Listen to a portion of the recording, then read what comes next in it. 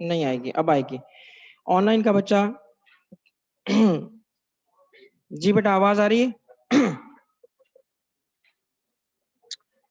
वालेकुम सलाम। ठीक है। अच्छा जी, हमने पिछली क्लास में सैलरी स्टार्ट किया था, कुछ प्रैक्टिकल्स भी किए थे।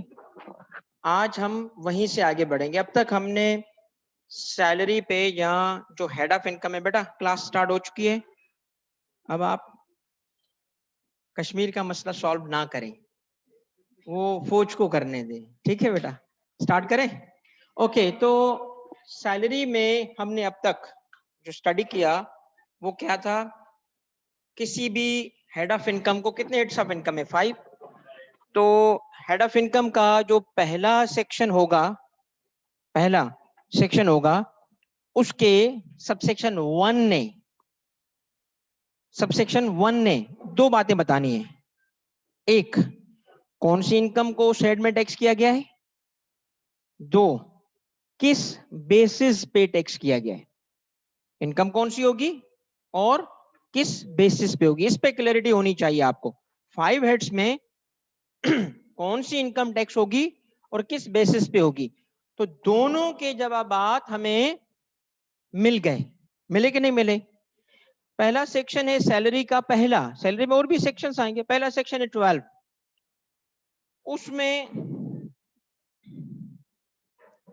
उसमें सेक्शन 12 में सबसेक्शन 1 ने हमें कहा कि जिस अमाउंट को या जिस इनकम को इस हेड में टैक्स किया गया उसका नाम है सैलरी। हेड का नाम भी, अमाउंट का नाम भी सेम। बेसिस ऑफ चार्ज क्या होगा? Received in a tax year, received in a tax year. अब हमने पिछली क्लास सारी इसी पे थी।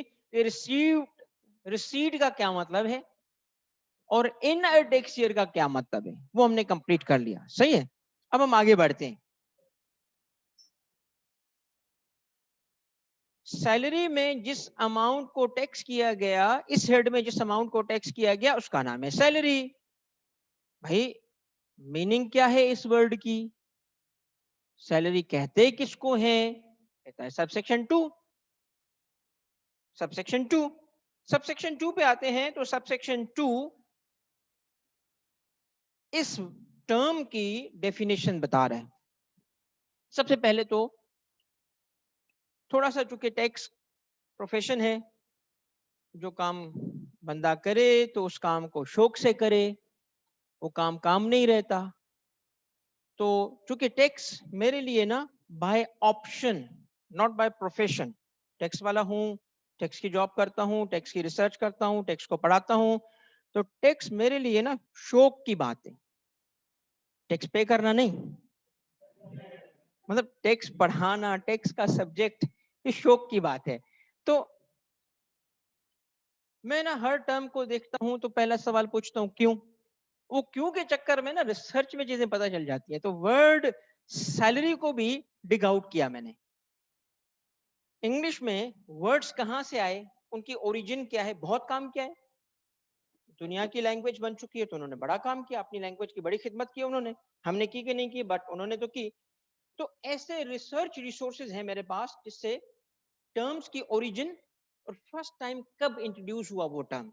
तो सैलरी को जब मैंने वहां देखा तो पता चला कि ये वर्ड सेलेरियम, सेलेरियम मींस सॉल्ट से निकला है। इसकी कहानी ये है कि बहुत पुरानी जमाने में जब किंग्स होते थे तो फौज, स्टैंडिंग आर्मी नहीं होती थी। स्टैंडिंग आर्मी का मतलब है हर वक्त मौजूद। वो जंग की सूरत में उसको मस्टर किया जाता था, कलेक्ट किया जाता था। जंग खत्म हो गई, घरों को चले गए। मगर जो घरों को चले गए, अगली दफा जंग लड़ने आएंगे कि नहीं आएंगे? उनको कुछ तो होना चाहिए ना। तो वो बादशाह क्या करता था, किंग्स क्या करते थे, एरिया बांट देते थे कि जी ये एरिया, फीफ, फीफडम यूरोप में फीफ कहलाता था, जी ये तुम्हारा है। अच्छा जी, हमारे एरिया में अकबर और जो मुगल्स थे उस वक्त भी यही था। तो पोस्ट जो होती थी ना, पोस्ट अब क्या कहते हैं, ब्रिगेडियर जनरल, उस वक्त क्या कहते थे, 10 हजारी।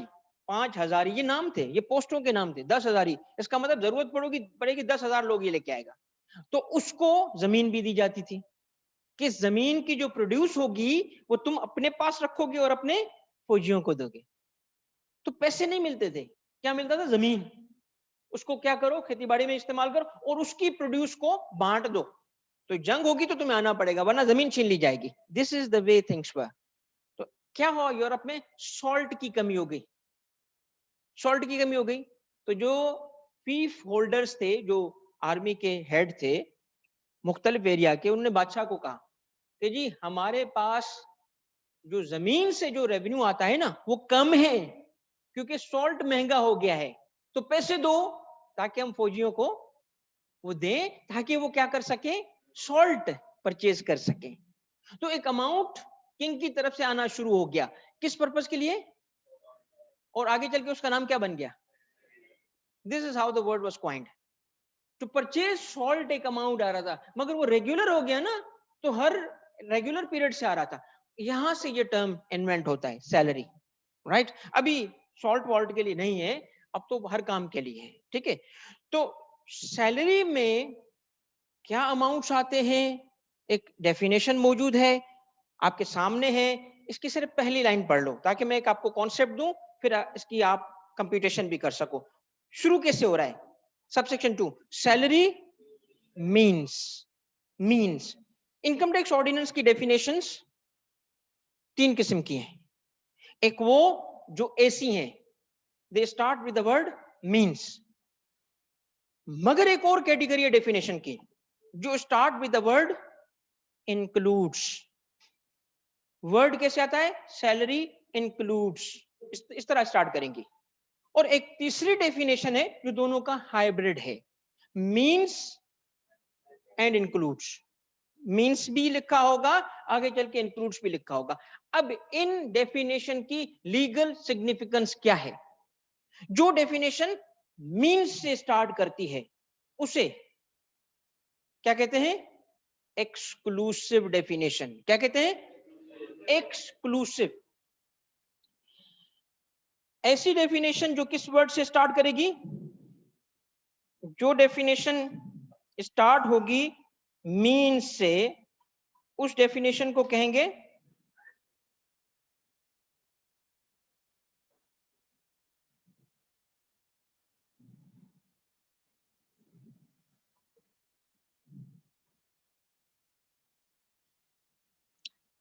डेफिनेशन की टाइप्स। सबसे पहली क्या है? एक्सक्लूसिव। इस एक्सक्लूसिव को एग्जॉस्टिव भी कहा जाता है। एग्जॉस्टिव ये एक्सक्लूसिव डेफिनेशन है। इसकी निशानी क्या है? Always starts with this word means. अच्छा, इसकी सिग्निफिकेंस क्या है? देखो, इसकी सिग्निफिकेंस ये है कि उस टर्म को जो डिफाइन किया गया इस वर्ड के जरिए, उस टर्म की कोई कॉमन मीनिंग होगी। कॉमन मीनिंग का मतलब है जी डिक्शनरी मीनिंग। भाई किसी भी वर्ड की मीनिंग जो कॉमन पार्लेंस में है। देखिए डिक्शनरीज जो वो तो रिसेंट है ना, लैंग्वेज तो बहुत पुरानी है।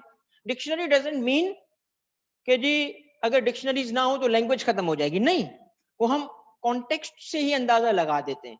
एक मीनिंग, कोई भी लफ्ज आपको ना आए ना, कॉन्टेक्स्ट से अंदाजा हो जाता है कि इसका क्या मतलब है। तो कॉमन पार्लेंस की मीनिंग, आम यूजेज की मीनिंग।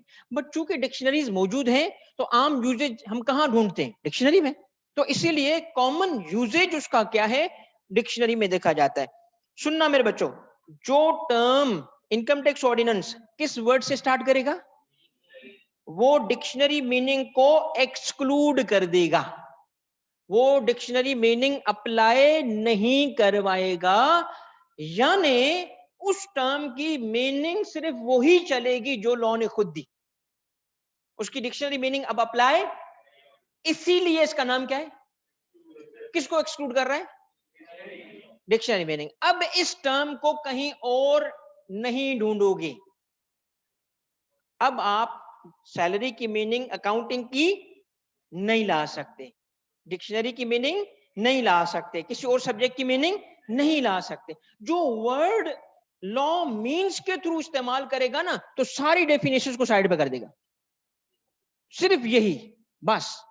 ठीक है, तो अब हमें सबसेक्शन 1 ने क्या कहा, कौन सी इनकम को टैक्स कर रहा है, सैलरी को। डिफाइन कैसे किया, मीन्स के थ्रू। तो सब कुछ यही मिलेगा आपको, सब कुछ यही मिलेगा आपको, कहीं और जाने की जरूरत नहीं है।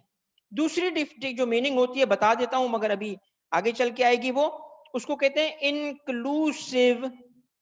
डेफिनेशन की दूसरी टाइप क्या है, इंक्लूसिव। और ये कैसे स्टार्ट होती है, इंक्लूड्स। इसमें क्या होता है, इसमें ये होता है कि डिक्शनरी मीनिंग बरकरार होती है, उसको रिटेन करते हुए लॉ कुछ उसमें एडिशंस कर देता है, लॉ इसमें कुछ डिलीशंस कर सकता है, उसमें कुछ चेंजेस कर देता है। तो आमतौर पे क्या इंक्लूसिव है ना, तो इंक्लूड ही कर रहा होगा। तो डिक्शनरी मीनिंग के साथ कुछ लॉ ने इंक्लूजन्स कर दिए।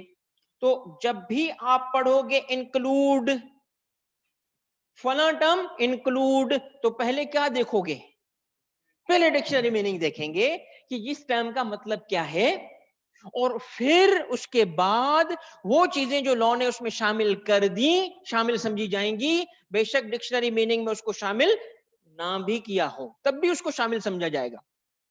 रेंट इंक्लूड्स फोरफिटेड डिपॉजिट, पिछली क्लास में बताया था ना फोरफिटेड डिपॉजिट। रेंट इंक्लूड्स क्या मतलब है कि डिक्शनरी मीनिंग भी बरकरार और ये भी शामिल, समझ आई। यानी लॉ को पता है कि जी इसकी कॉमन मीनिंग क्या है, मगर टू बी जिसको कहते हैं अबंडेंट प्रिकॉशन, एक अबंडेंट प्रिकॉशन के तौर पे उसने कुछ चीजें खुद भी लिख दी। हो सकती है कि वो डिक्शनरी मीनिंग में शामिल हो, फिर भी उसने लिख दी। हो सकता है वो डिक्शनरी मीनिंग में शामिल ना हो तो उसने लिख दी, मगर शामिल समझी जाएंगी। ठीक हो गया। और उसके बाद तीसरा किस्म क्या है, हाइब्रिड डेफिनेशन का। हाइब्रिड, हाइब्रिड में क्या होता है, स्टार्ट तो होता है डेफिनेशन मींस के साथ, आगे चल के वो ये इंक्लूड्स लिख के भी कुछ चीजें शामिल कर देता है। मतलब यहां क्या है, वही कि डिक्शनरी मीनिंग तो उसने निकाल ही दी, अपनी मीनिंग दी, और साथ में कुछ चीजें लिस्ट कर दी। तो डेफिनेशन जो हम अभी देख रहे हैं, करंटली जो डेफिनेशन देख रहे हैं, वो बताएं किस किस्म की है, कहां से पता चला एक्सक्लूसिव है, मीन से पता चला। तो हम एक्सक्लूसिव देखने के बाद क्या करेंगे बताओ, डिक्शनरी मीनिंग इसकी नहीं देखेंगे। तो यही डेफिनेशन है इस हेड में जिस अमाउंट को टैक्स किया गया, करेक्ट। अब हम इसको थोड़ा सर्वे करते हैं, डेफिनेशन सर्वे करते हैं। सबसे पहले इसकी लेंथ देखें, डेफिनेशन कितनी लेंथी डेफिनेशन है। सैलरी मीन्स के बाद देखो ये इसकी डेफिनेशन है पूरी, ये पूरी डेफिनेशन है यहां तक, क्लॉज जी तक।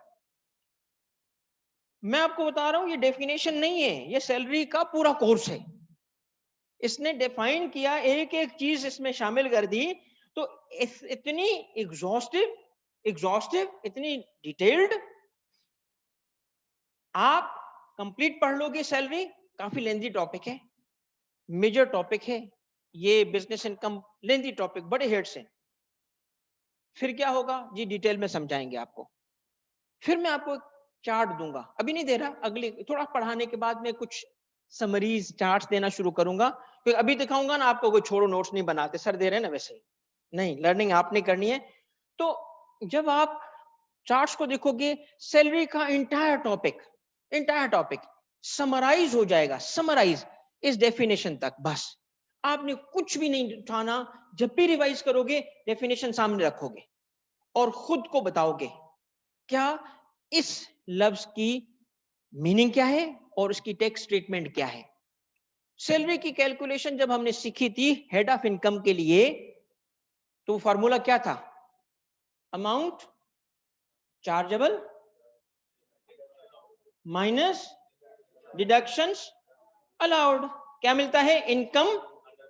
अब ये हम इस स्टेज पे हर हेड का हम ये सीख रहे हैं। मच ऑफ द कोर्स जो आपका है वो 5 हेड्स ही है, 5/8 आपका मेजर हिस्सा है कोर्स का, तो हर हेड को अलग पढ़ेंगे। अमाउंट चार्जेबल माइनस, तो क्या इस हेड में डिडक्शंस अलाउड हैं? नहीं है। आर यू श्योर कि डिडक्शंस अलाउड? ये तो याद है ना, सैलरी में डिडक्शन अलाउ। तो मुझे बताओ पढ़ोगे क्या? मैं नहीं पढ़ा रहा अभी आपको, आप बताओ क्या पढ़ोगे? जो कुछ भी पढ़ोगे वो किसके बारे में होगा? Amount chargeable. जो कुछ पढ़ोगे सैलरी में उसका ताल्लुक सिर्फ इनकम से होगा, एक्सपेंस से कोई बात हम जिक्र नहीं। अब इनकम ही होगी जिसको पढ़ना है, तो अब क्या करेंगे हम? क्लासिफाई। सैलरी इतने क्लासेस में क्लासिफाई होगी उसकी नेचर के हिसाब से, फिर वेरियस टर्म्स आएंगे जो आपके लिए नए होंगे, उसकी मीनिंग समझेंगे, और फिर जो असल काम सीखेंगे, हर इनकम जो सैलरी में क्लासिफाई हुई उसकी टैक्स ट्रीटमेंट सीखेंगे कि वेदर वो फुली टैक्सेबल है या पार्शली टैक्सेबल है या एग्जेम्प्ट है। All that you need to remember is this. तो पता है क्या होगा एंड पे आके? मैं आपको बता रहा हूं, एक सफा होगा, जस्ट वन पेज जिसमें लिस्ट बनी होगी, बस आप लिस्ट को देखोगे खुद बताते जाओगे, fully taxable, partially taxable, exempt, fully taxable, partially taxable और पार्शली एसेट टैक्सेबल। समझ रहे हो? तो आपको कोई इस तरीके से लेके चलूंगा कि मुश्किल नहीं होगी, थोड़ा सा इंटरेस्ट बरकरार रखोगे तो चीजें समझ भी आएंगी, याद भी हो जाएंगी। सही। अब आप अपने एक्सपीरियंस से बताएं, सैलरी के क्या क्या कंपोनेंट हो सकते हैं? सैलरी में क्या क्या अमाउंट्स मिल सकते हैं? आमतौर पे क्या अमाउंट्स हो सकते हैं? बोनस, अलाउंसेस और पेंशन, मेडिकल, ये है ना? और भी तो होंगे ना। अच्छा, हर इंडस्ट्री अपने अपने टर्म्स यूज कर रही होगी, लाजमी है कि एक ही टर्म यूज करें? नहीं। कितनी इंडस्ट्रीज हैं? हंड्रेड्स ऑफ इंडस्ट्रीज हैं, अपने अपने हिसाब, ग्रेच्युटी, रिटायरमेंट बेनिफिट्स, ब्ला ब्ला होते हैं ना। तो टैक्स लॉ ने क्या किया? सारी इंडस्ट्रीज को आगे रखते हुए सारे अमाउंट्स बता दिए। इसका मतलब ये नहीं है कि जब तुम जॉब पे जाओ तो एम्प्लॉयर से कहो सर सब चीजें दो। क्यों? सर डेफिनेशन में लिखा है सैलरी मीन्स, तो आपको मुझे ये अमाउंट्स देने पड़ेंगे। It's not like that. Employer employee relationship को, एम्प्लॉयर एम्प्लॉय टर्म्स को टैक्स लॉ रेगुलेट नहीं करता। उसको रेगुलेट कौन करता है? एम्प्लॉयमेंट लॉ या और कुछ चीजें। टैक्स लॉ बता रहा है ये अमाउंट मिला तो टैक्स होगा, मिला तो ऐसे टैक्स होगा। मिलना लाजमी नहीं है, ये ना समझना सब कुछ मिलेगा, नहीं, सब कुछ नहीं मिलेगा। वो एम्प्लॉयर की मर्जी है कि कौन से अमाउंट्स आपको दे, कौन से अमाउंट्स आपको ना दे। कहां से लिखा होगा ये? एम्प्लॉयमेंट के टर्म्स में, राइट। सबसे पहले हम आते हैं डेफिनेशन के पहले पार्ट पे। फर्स्ट पार्ट जनरल पार्ट है। क्या कहता है? Salary means any amount received. Receive का मतलब समझ आया? अब रिसीव्ड, कौन रिसीव करे, कहां से रिसीव करे, और रिसीट की मीनिंग क्या है? तीन बताओ कौन सी? Actually received, applied on behalf और सेक्शन था 60।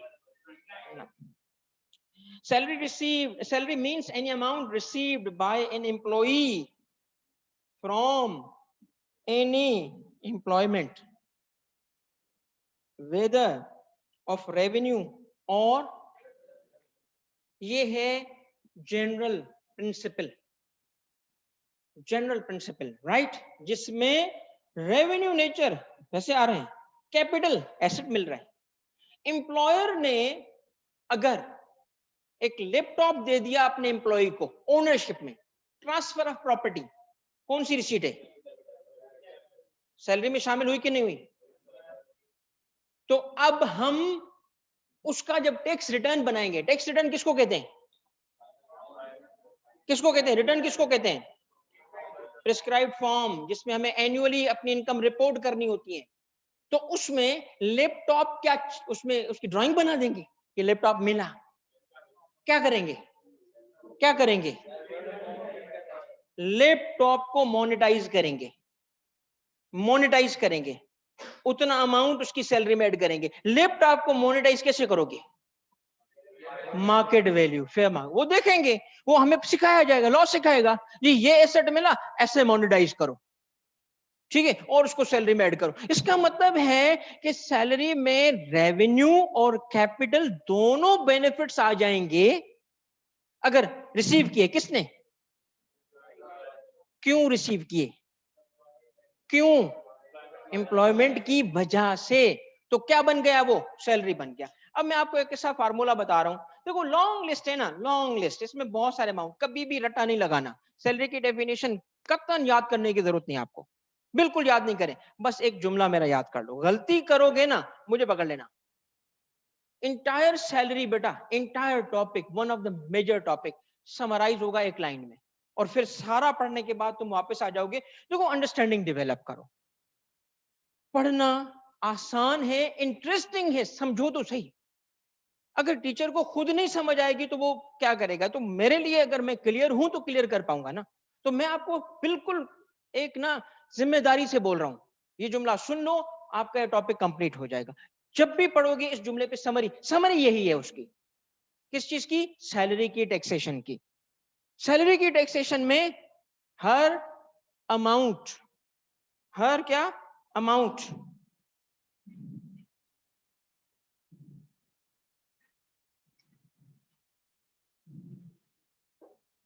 बेनिफिट और परक्विजिट, ये दो अल्फाज, बेनिफिट एंड परक्विजिट। अमाउंट तो ठीक है, बेनिफिट और परक्विजिट। परक्विजिट क्या है? बेनिफिट ही है, तो अलग क्यों लिखा हमने? इसलिए कि कुछ बेनिफिट्स पोस्ट से, पोस्ट से लिंक होते हैं। मसलन सीईओ की गाड़ी, भाई एक सीईओ था, उसकी गाड़ी थी, ठीक है भाई, कौन सी गाड़ी थी? बीएमडब्ल्यू। आप बने सीईओ तो आपको वो गाड़ी मिलेगी या आपको कहेंगे एफएक्स मेहरान? नहीं भी, चूंकि शक्ल ऐसी है, या वो पोस्ट से उस गाड़ी का ताल्लुक है।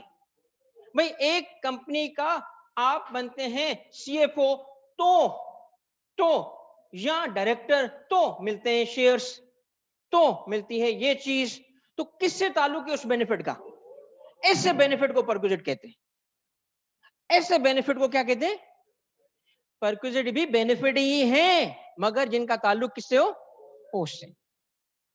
तो तीन अमाउंट्स, तीन चीजें कौन सी? अमाउंट, बेनिफिट और परक्विजिट। अमाउंट, बेनिफिट और परक्विजिट जो रिसीव्ड हुआ, रिसीव्ड, ये तो अब तक चल रही है ना बात रिसीव्ड की। रिसीव्ड हुआ बाय एम्प्लॉई, सुनिएगा आप बात, इन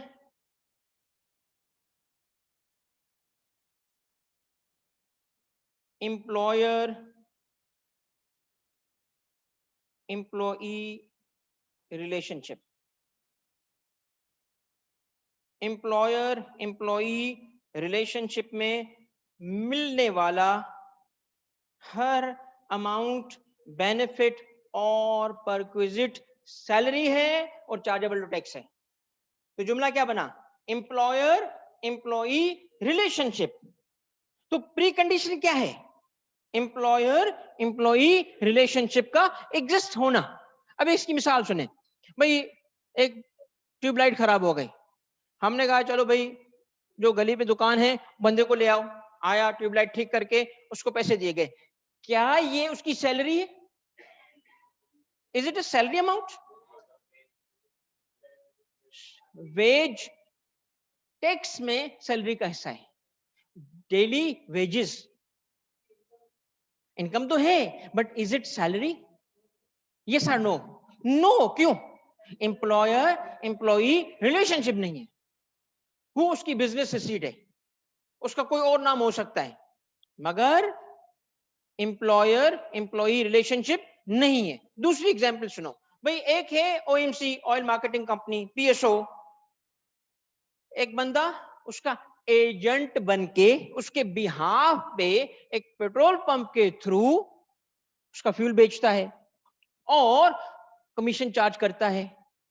क्या पेट्रोल पंप ओनर की ये सैलरी है? क्या वो पीएसओ का एम्प्लॉई है? उसका एजेंट है, एजेंसी रिलेशनशिप है, बट एम्प्लॉयर एम्प्लॉय रिलेशनशिप। तो प्री कंडीशन क्या है बताओ, क्या है बेटा? एम्प्लॉयर। चलो एक मिसाल सुनो, एक मिसाल सुनो, और अब ये एग्जाम से, पास्ट के किसी एग्जाम के सिनारियो से बता रहा हूं। एक बिजनेस पर्सन है, बिजनेस वुमन है, जिसका काम क्या है, कोई कोई सर्विस प्रोवाइड करने की फर्म चला रही है, वो बिजनेस इज इट। कहां से इनकम आ रही है जी? Profits and gains of business, section 18 income from business में उसकी इनकम थी। उसके पास अपना भाई, उसी का भाई काम करता है एज हेड ऑफ फाइनेंस। अब बताओ, भाई की इनकम और बहन की इनकम पार्टनरशिप इनकम है, दोनों बिजनेस इनकम कमा रहे हैं, क्योंकि दोनों भाई बहन हैं, एक जगह काम कर रहे हैं। भाई हेड ऑफ टैक्स है, हेड ऑफ फाइनेंस है, और बहन एज पूरी फर्म की हेड है। बताओ भाई की इनकम कहां जाएगी? क्यों सैलरी में जाएगी? अब एक मेरा टर्म सुनिएगा, he is not working with his boss, he is not working with his sister, he is working for her। Employment में, एम्प्लॉयर एम्प्लॉय रिलेशनशिप में ये नहीं है कि जी पर्सनल अगर कोई रिलेशनशिप है तो इसका मतलब है कि जी सैलरी नहीं है, नहीं, बहन हो, भाई हो, बेटा हो, मगर एम्प्लॉयमेंट फिर भी हो सकती है। तो प्री कंडीशन क्या है? बार बार बता रहा हूं, प्री कंडीशन क्या है? एक रिलेशनशिप का होना। कौन सा? एम्प्लॉयर एम्प्लॉई रिलेशनशिप होना। अब सुनो मेरे बच्चों, ये एम्प्लॉयर एम्प्लॉय रिलेशनशिप करंट भी हो सकता है, पास्ट भी हो सकता है, और फ्यूचर भी हो सकता है। ये रिलेशनशिप कोई भी हो सकता है भाई। देखें, अगर ये करंट रिलेशनशिप है तो किसी को भी डाउट नहीं होगा, करंट इस वक्त क्या है? एम्प्लॉयर है, इस वक्त क्या है? एम्प्लॉई है। मगर ये रिलेशनशिप पास्ट भी हो सकता है, इस वक्त एम्प्लॉयर नहीं है, इस वक्त एम्प्लॉई नहीं है, पहले था, अमाउंट फिर भी मिल रहा है, बेनिफिट फिर भी मिल रहा है। यानी अमाउंट, बेनिफिट और पैकेज मिले आज। किससे मिला? XYZ से। क्यों मिला? एम्प्लॉयर एम्प्लॉय रिलेशनशिप था, एम्प्लॉयमेंट की वजह से मिला, मगर आज तो नहीं है ना एम्प्लॉयर एम्प्लॉय रिलेशनशिप। तो ऐसे किसी अमाउंट की एग्जांपल दे सकते हैं आप? पेंशन, फिर भी क्या है वो? सैलरी। एक और चीज भाई, आज एम्प्लॉई नहीं है, फ्यूचर में होगा। एम्प्लॉयर एम्प्लॉय रिलेशनशिप की वजह से अमाउंट मिल रहा है, मगर इस वक्त एम्प्लॉयर एम्प्लॉय रिलेशनशिप एग्जिस्ट नहीं करता, करेगा। इसकी मिसाल एडवांस, यस पॉसिबल है। मगर एक और मिसाल सुनो, हेड हंटर्स, कुछ ऐसे होते हैं ना एम्प्लॉयर्स, अग्रेसिवली जाके यंग ग्रेजुएट्स को लेके आते हैं। किसी यूनिवर्सिटी में गए, उन्हें कहा जी फाइनलिस्ट टॉपर कौन है, 10% आ जाए जी, इंटरव्यू ले लिया, उनमें से 3 को सिलेक्ट किया, कहा तुम लोग पास आउट होने के बाद हमारे पास आओगे। आज एग्रीमेंट क्या कर रहे हैं? तुम लोग एम्प्लॉई बनोगे, हो नहीं। इस एग्रीमेंट करने की वजह से ये लो 1 लाख रुपए। तो 1 लाख क्यों मिला? सैलरी किधर है? एम्प्लॉय थोड़ी हूं मैं उसका, एम्प्लॉय तो बनूंगा ना, मगर ये मिला क्यों? ऐसे एम्प्लॉयर एम्प्लॉय रिलेशनशिप की वजह से जो इस वक्त, मगर तो फ्यूचर। तो पूरी बात कंप्लीट हो गई। हम सैलरी किसको कहेंगे? लिस्ट नहीं याद करेंगे, बिल्कुल भी याद नहीं करेंगे, सिर्फ एक चीज याद कर लेंगे जो मैंने लिख दी। बताओ क्या याद करेंगे? बताओ, अमाउंट, बेनिफिट और परक्विजिट किसने रिसीव करना है? इन एम्प्लॉयर एम्प्लॉय रिलेशनशिप। कौन सा? Past, current, future. अब मैं आपको बता रहा हूं, आगे पढ़ना, कोई चीज इससे बाहर जाए आगे पकड़ लेना। यही है सैलरी। अब इसी को सैलरी कहते हैं, और जो अमाउंट मिलेगा उसका नाम कुछ भी हो सकता है, जो बेनिफिट मिलेगा उसका नाम कुछ भी हो सकता है, जो परक्विजिट मिलेगा उसका नाम कुछ भी होगा। आपको सिर्फ ये देखना है कि मिला क्यों। किस वजह से मिला? एम्प्लॉयमेंट की वजह से। आपको कोई रटा लगाने की जरूरत नहीं, सब अमाउंट्स आ गए इसमें। ठीक है, चलें अब आगे बढ़ते हैं, पहले ग्रुप पे आते हैं, पहला अमाउंट्स के ग्रुप पे आते हैं।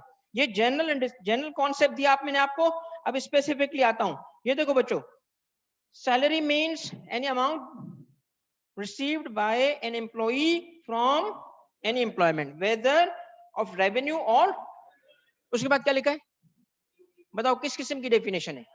हाइब्रिड। ये हाइब्रिड है, इंक्लूडिंग करके लिस्ट भी दे रहा है। पहले प्रिंसिपल बताया, फिर क्या कहा, ये लो लिस्ट। नंबर 1 क्लॉज ए क्या कहता है, क्या क्या शामिल किया इसने? नंबर 1 बताओ बच्चों, पे, नंबर 1 पे, नंबर 2 वेजेस और अदर रेम्यूनरेशंस, नाम कुछ भी हो, provided by an provided to an employee, including. अब थोड़ा तवज्जो करें, इंक्लूडिंग क्या? पहला अमाउंट आता है लीव पे, तो तवज्जो कीजिएगा बच्चों सारे, लीव पे। ये किसको कहते हैं लीव पे? अब देखें एग्जाम में ऐसे ही आता है, अमाउंट्स इन्हीं में से लिखे होंगे और कुछ फिगर्स गिवन होंगी, आपको कहा जाएगा कैलकुलेट करो टैक्सेबल इनकम। मगर टैक्सेबल इनकम कैलकुलेट करने के लिए हमें सैलरी के हेड की इनकम कैलकुलेट करनी पड़ेगी। यही अमाउंट्स आएंगे, इंटायर कैलकुलेशन इसी डेफिनेशन से निकलेगी। ठीक है, कुछ चीजें और भी हैं मगर इसी से निकलेंगी। पहला अमाउंट जो स्पेसिफाई किया वो क्या है? लीव पे। लीव पे किसको कहते हैं? देखो आमतौर पे जब एक पर्सन लीव करेगा तो वो काम नहीं कर रहा ऑब्वियसली, तो एम्प्लॉयर की पॉलिसी पे डिपेंड करता है। टैक्स लॉ नहीं बता रहा कि ऐसा करो, टैक्स लॉ कहता है अगर ऐसा होगा तो मैं ये करूंगा। अब एम्प्लॉयर की पॉलिसी क्या थी कि अगर किसी ने 2 दिन की छुट्टी करनी है तो ओके, 2 दिन से ऊपर छुट्टी करेगा सैलरी काटूंगा। एक बंदे ने 10 दिन की छुट्टी कर ली तो 10 दिन की वजह से उसके 8 दिन के पैसे कट जाएंगे क्योंकि उसने काम नहीं किया। 2 दिन तो उसको अलाउ था, 8 दिन तो उसको अलाउ नहीं था ना। अब सोचो कि अगर वो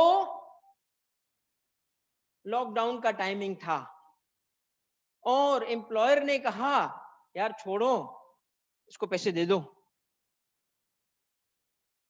2 महीने 3 महीने, मैं मिसाल दे रहा हूं आपको, ऐसा नहीं कि ऐसे एम्प्लॉयर थे, नहीं, 3 महीने लॉकडाउन रहा, एक दिन बंदा काम पे नहीं गया फिर भी पैसे मिले।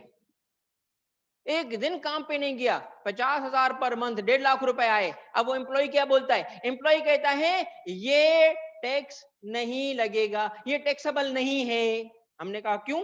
सैलरी नहीं है। भाई सैलरी तो उस वक्त थी ना जब मैं काम करता और पैसे मिलते, ना मैंने काम किया ना मुझे पैसे मिले। हमने कहा 1.5 लाख क्यों है, ये 1.5 लाख क्यों आया? मिला तो सही ना, सैलरी तो नहीं है। क्या है? डोनेशन। क्या है? गिफ्ट। भाई कोई नाम देके कहेगा आए एम्प्लॉयर से मगर सैलरी नहीं है। एम्प्लॉयर से पूछा आपने क्यों पैसे दिए उसको? भाई सैलरी दी है मैंने। वो तो कहता है सैलरी नहीं है, मैं तो अपने बुक्स में सैलरी बुक करूंगा ना। भाई काम करना ना करना, भाई क्यों दी सैलरी जब काम नहीं किया उसने? सर घर कैसे चलता उसका? इसीलिए है सैलरी। तो लॉ ने एक टर्म जो आमतौर पे ऐसे अमाउंट के लिए इस्तेमाल होता है उसको लिखा, सैलरी में लिख दिया ताकि इस पे कोई डिस्प्यूट ना रहे। ऐसा अमाउंट जो आप छुट्टियों पे हो फिर भी मिले क्या कहलाएगा? लीव पे। आप लीव है, आप उर्दू में लिखो ना लीव पे।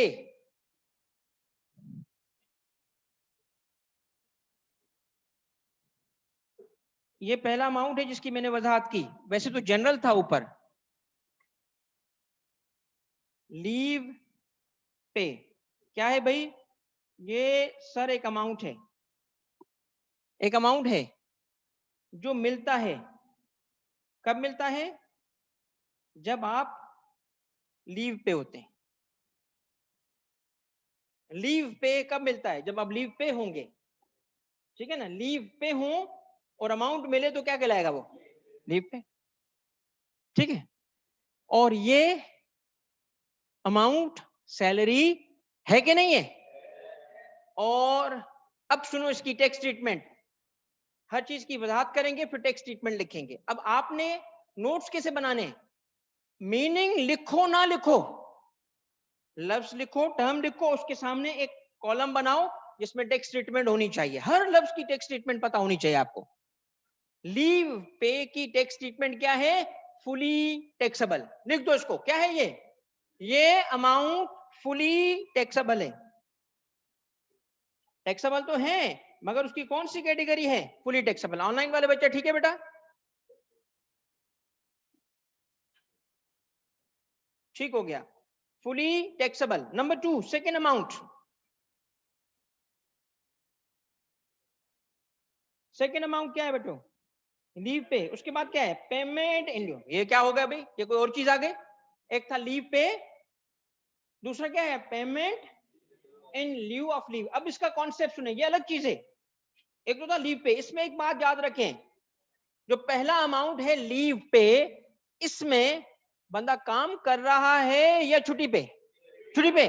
अगला अमाउंट इसके उलट है, अगला अमाउंट इसके, मैंने आपको कहा कि जी महीने में अगर कितने दिन की छुट्टी अलाउड होती है आमतौर पे, 2 दिन। सुनो बच्चों, दूसरा अमाउंट वो है जिसको क्या कहते हैं, payment in lieu of leave. कितने दिन महीने की छुट्टी कर सकता हूं मैं, बोलो, कर सकता हूं ना, ये भी ना करूं, घर पे रहूंगा, बीवी से झगड़ा होगा, अच्छा है इसलिए कहां जाऊं, ऑफिस, 2 दिन, अच्छी बात है ना। तो जिन दिनों में मुझे इजाजत है छुट्टी करने की, वो भी ना करूं, तो एक्स्ट्रा काम किया कि नहीं किया, उसके लिए पैसे मिले, अगर मिले, नहीं ये चीज नहीं है, एम्प्लॉयर थोड़ी देंगे सारे, वो अगर मिले तो सैलरी है और डेक्स होंगे। इससे पैसे को क्या कहेंगे बताओ, पेमेंट इन ल्यू ऑफ। ये वो 2 दिन थे जो छुट्टी कर सकते थे तुम, और ना करो, और एम्प्लॉयर ऐसा जबरदस्त इंसान हो कि इसके भी पैसे दे दे, कि देखो मैंने जब सैलरी रखी थी तो 28 दिन की रखी थी, 2 दिन छुट्टी थी, इसका मतलब तुम 28 दिन काम करोगे, 2 दिन छुट्टी करोगे। अब तुमने वो 2 दिन भी काम किया, तो मैं ये करता हूं, तुम्हें सैलरी के, आम सैलरी के अलावा 2 दिन के पैसे भी दे देता हूं पर डे निकाल के, तो तुम्हारी सैलरी उन दिनों की बढ़ जाएगी जिन दिनों में छुट्टी नहीं की हो। तो ऐसा अमाउंट एम्प्लॉई नहीं बोल सकता कि सैलरी नहीं है, वरना वो क्या बोलता, ये देखें जी सैलरी मेरी 50,000 है, ये जो 5,000 मिले ये सैलरी थोड़ी है, सैलरी तो उसको कहते हैं ना जो मेरी फिक्स हो, ये फिक्स कहा जाएगा, नहीं नहीं नहीं ये भी सैलरी है। हाँ बेटा, नहीं बेटा ओवर टाइम अलग है, ओवर टाइम अलग है, ओवर टाइम कहते हैं दिन के हिसाब से ओवर टाइम, 9 to 5 है ना। अब तुम ऐसे शख्सों के घर जाना ही नहीं चाहते, 5 से आगे बैठो, फिर ये ओवर टाइम होगा। ओवर टाइम ये नहीं है, ओवर टाइम है डे के हिसाब से, आए आगे काम, ठीक है बेटा। ये बेटा हॉलीडेज का देखो, अगेन बात ये है, सुन लो बच्चों, payment in lieu of leave, Saturday Sunday off था, आपने कहा ये दिन भी मैंने काम करना है, और एम्प्लॉयर ने कहा शाबाश इसके भी पैसे लोगे, यस आ सकता है।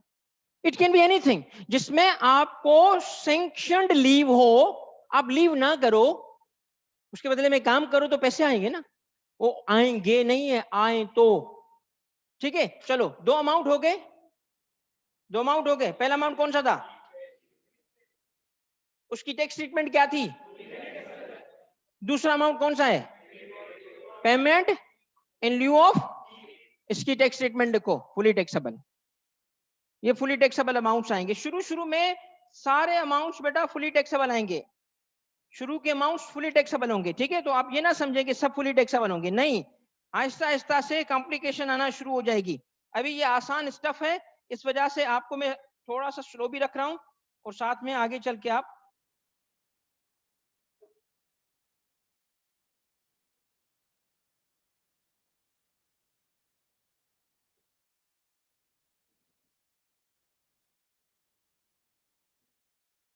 हाँ जी बेटा, तीसरा अमाउंट इसके बाद आ गया ओवर टाइम जी, लिखे over time, tax treatment fully taxable. Over time मैंने बता दिया आपको, ओवर टाइम में, ओवर टाइम की पेमेंट क्या है जी, 9 to 5 की आम टाइमिंग थी, हमने 5 से आगे 2 आवर्स और काम किया, उसके पैसे मिलेंगे ओवर टाइम में। क्या ट्रीटमेंट है इसकी, फुली टैक्सेबल, ये भी सैलरी है और फुली। मैं ना सिर्फ ये सैलरी की डेफिनेशन पढ़ रहे, सैलरी तो है ही, मगर साथ में कौन सी सैलरी है? ये फुली टैक्सेबल है। ठीक है,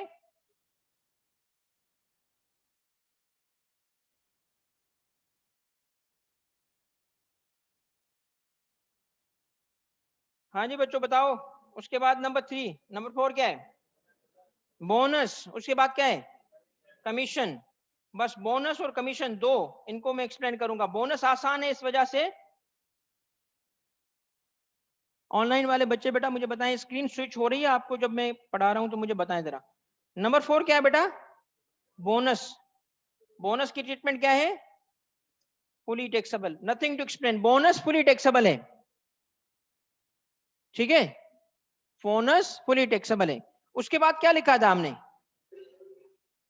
अभी ये अजीब सा आ गया, अभी अभी तो मैंने बताया था कि जी कमीशन है, एजेंट है, ये यहां कैसे आ गया? इसको सैलरी में क्यों शामिल किया? अब इसकी वजाहत करनी है,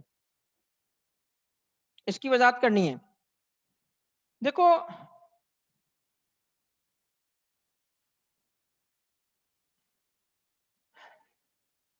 कमीशन आम तौर पे किस अमाउंट को कहते हैं?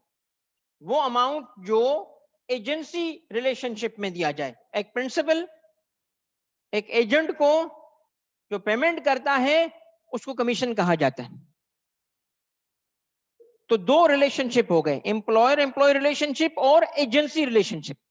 अब सुनिएगा, क्या ये पॉसिबल है, क्या ये पॉसिबल है कि दोनों अलग अलग रिलेशनशिप हो, आपस में इंटरडिपेंडेंस ना हो?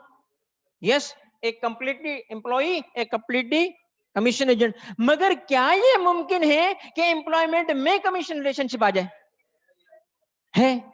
कैसे? सेल्स का 1%, सेल्स का 2%, आपको ना से, मगर ओरिजिनली रिलेशनशिप कौन सा है? एम्प्लॉय। कैलकुलेशन ऑफ अमाउंट किस तरीके से होगा? कमीशन। तो इसका मतलब है यहां एजेंसी रिलेशनशिप नहीं है, ये वो कमीशन है जो कौन दे रहा है? एम्प्लॉयर दे रहा है। किस वजह से? एम्प्लॉई एम्प्लॉयर रिलेशनशिप की वजह। तो अब अगर मैं आपसे पूछूं कि पीएसओ ने मिस्टर एक्स को 20 लाख रुपए का कमीशन दिया, सैलरी में टैक्स करोगे? सैलरी में टैक्स करोगे? पहला सवाल पूछोगे कि एक्स क्या है? एक्स उसका कमीशन एजेंट है। अब बताओ, अब नहीं होगा। क्या होना चाहिए? हर कमीशन यहां टैक्सेबल नहीं है, सैलरी में टैक्सेबल नहीं है। सैलरी में सिर्फ एक कमीशन टैक्सेबल है। इसका मतलब कमीशन की दो नेचर होंगी, एक वो कमीशन जो एजेंसी रिलेशनशिप में आएगा, एक वो जो एम्प्लॉयर एम्प्लॉय। तो यहां कौन सा कवर होगा? वो कमीशन जो एजेंसी रिलेशनशिप में है, प्योर एजेंसी रिलेशनशिप में है, वो यहां कवर नहीं होगा, वो यहां कवर नहीं होगा। ठीक हो गया बेटा? तो ये इसकी टैक्स ट्रीटमेंट क्या है? फुली टैक्सेबल है। उसके बाद नेक्स्ट अमाउंट क्या है? फीस। भाई फीस कौन सी? प्रोफेशनल सर्विसेज जो प्रोवाइड करते हैं वो फी चार्ज करते हैं, डॉक्टर, लॉयर। ठीक है, तो फी चार्ज होती है, ऑडिट फी, राइट, फी होती है।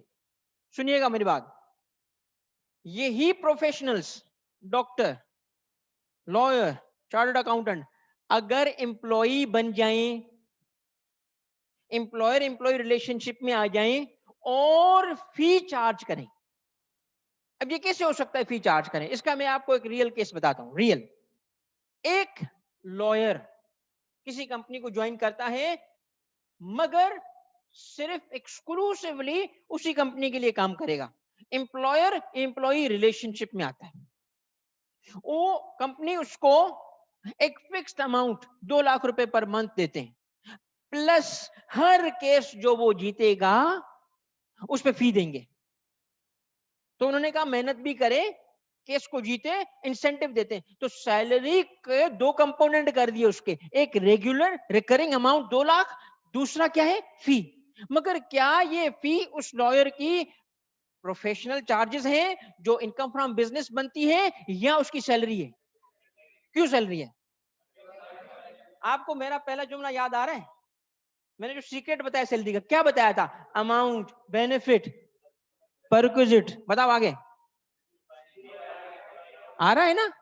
कुछ भी हो इस जुमले में तो मिलने वाला हर अमाउंट, बेनिफिट और परक्विजिट सैलरी बन जाएगा। एम्प्लॉयर एम्प्लॉय रिलेशनशिप हो तो, चाहे वो पास्ट का हो, चाहे वो करंट हो, चाहे फ्यूचर हो, मिलने वाला अमाउंट इस रिलेशनशिप की वजह से होना चाहिए, मिलने वाला अमाउंट एम्प्लॉयमेंट की वजह से होना चाहिए। नाम उसका कुछ भी रखो। तो ये लॉयर या ये डॉक्टर, एक डॉक्टर रखा, कहा गया भाई आप क्या करोगे, अपनी क्लिनिक नहीं चलाओगे, आप एक फैक्ट्री है, फैक्ट्री में बैठोगे, आपको हम पेमेंट करेंगे, फिक्स पेमेंट ही नहीं करेंगे, रोज की बेसिस पे आप जितने लोग रखोगे उसकी फी देंगे, मगर आप हो हमारे एम्प्लॉई, उसको फिक्स अमाउंट भी नहीं दे रहे। जब वो बिलिंग करेगा, फीस 25 लोग आए थे आज, इतनी फी, तो वो फी क्या बनेगी डॉक्टर की? यही डॉक्टर क्लिनिक में बैठे और उनसे कंपनी अरेंजमेंट करे कि जब भी हमारे एम्प्लॉय हैं, आपकी मर्जी, जब भी हमारे एम्प्लॉय हैं आपको हम फी देंगे, मगर वो अपनी क्लिनिक में बैठा है, सबके लिए बैठा है। बताओ अब ये फी सैलरी है कि नहीं है? क्यों नहीं है? उसको क्या चीज चेंज कर रही है? एम्प्लॉयर एम्प्लॉई रिलेशनशिप, वो नहीं है। एम्प्लॉयर एम्प्लॉय रिलेशनशिप में मिलने वाला अमाउंट, बेनिफिट और परक्विजिट क्या है? सैलरी है। तो ये फी कब बनेगी इनकम, कब बनेगी सैलरी इनकम? बताओ। जब क्या हो? Employer employee. इसका टैक्स ट्रीटमेंट क्या है? सब फुली टैक्सेबल आएंगे। अभी अभी आप आगे कॉम्प्लिकेशन आगे आएंगी। उसके बाद क्या है? ग्रेचुटी। अब ये ग्रेचुटी एक बड़ा कॉम्प्लिकेटेड कॉन्सेप्ट है। रिटायरमेंट बेनिफिट्स को जब मैं कवर करूंगा आगे चल के, तब मैं इसको कवर करूंगा। अभी ग्रेचुटी शुरू में कवर नहीं होगा। ग्रेचुटी क्या है? रिटायरमेंट बेनिफिट्स में वन टाइम पेमेंट होती है जो एम्प्लॉय को इसलिए दी जाती है ताकि वो अपना कुछ काम धंधा रिटायरमेंट के बाद कर सके। ग्रेशियसनेस से निकला है, बड़ी एक अमाउंट पे की जाती है, ठीक है, मगर ये यहाँ कवर नहीं होगी, ये आगे कवर होगी। उसके बाद क्या लिखा है? तो ग्रेचुटी हम स्किप कर रहे हैं। और वर्क कंडीशन सप्लीमेंट क्या है इनका? Work condition supplement. भाई एक बंदा, वर्क कंडीशन ऐसी है कि एम्प्लॉयर को सप्लीमेंट देना पड़ रहा है, ऊपर पैसे देने पड़ रहे हैं। क्यों? देखें, आपने पाकिस्तान में तो काफी दफा ये हुआ है, बलूचिस्तान में जो कोल की माइंस हैं वहां work condition supplement, nuclear power plant, dangerous, work condition supplement, ठीक है। कश्मीर के साथ बॉर्डर पे वर्क कंडीशन सप्लीमेंट, रिस्क। तो इट कैन बी एनीथिंग। वो हो सकता है कि जी वर्क की कंडीशन अनप्लेजेंट है, डेंजरस है, तो लोग करेंगे ही नहीं, तो उनको सप्लीमेंट देना होगा। तो इट कैन बी एनी, ये मिसालें मैंने सिर्फ दी हैं, ये कंप्लीट नहीं है, कुछ और भी रीजन हो। केमिकल प्रोसेसिंग है, हाइड्स, एनिमल हाइड्स, उसको प्रोसेस करना लेदर के लिए, ठीक है। जून जुलाई में हीट, रोड पे काम करना, हीट। तो इट कैन बी एनीथिंग। तो वर्क कंडीशन सप्लीमेंट अगर एम्प्लॉयर देगा, वो भी क्या बन जाएगा? तो वर्क कंडीशन सप्लीमेंट के साथ क्या लिखा है? सच एज, यानी लॉ भी एग्जांपल दे रहा है, सच एज फॉर अनप्लेजेंट और डेंजरस। तो वर्क कंडीशन सप्लीमेंट।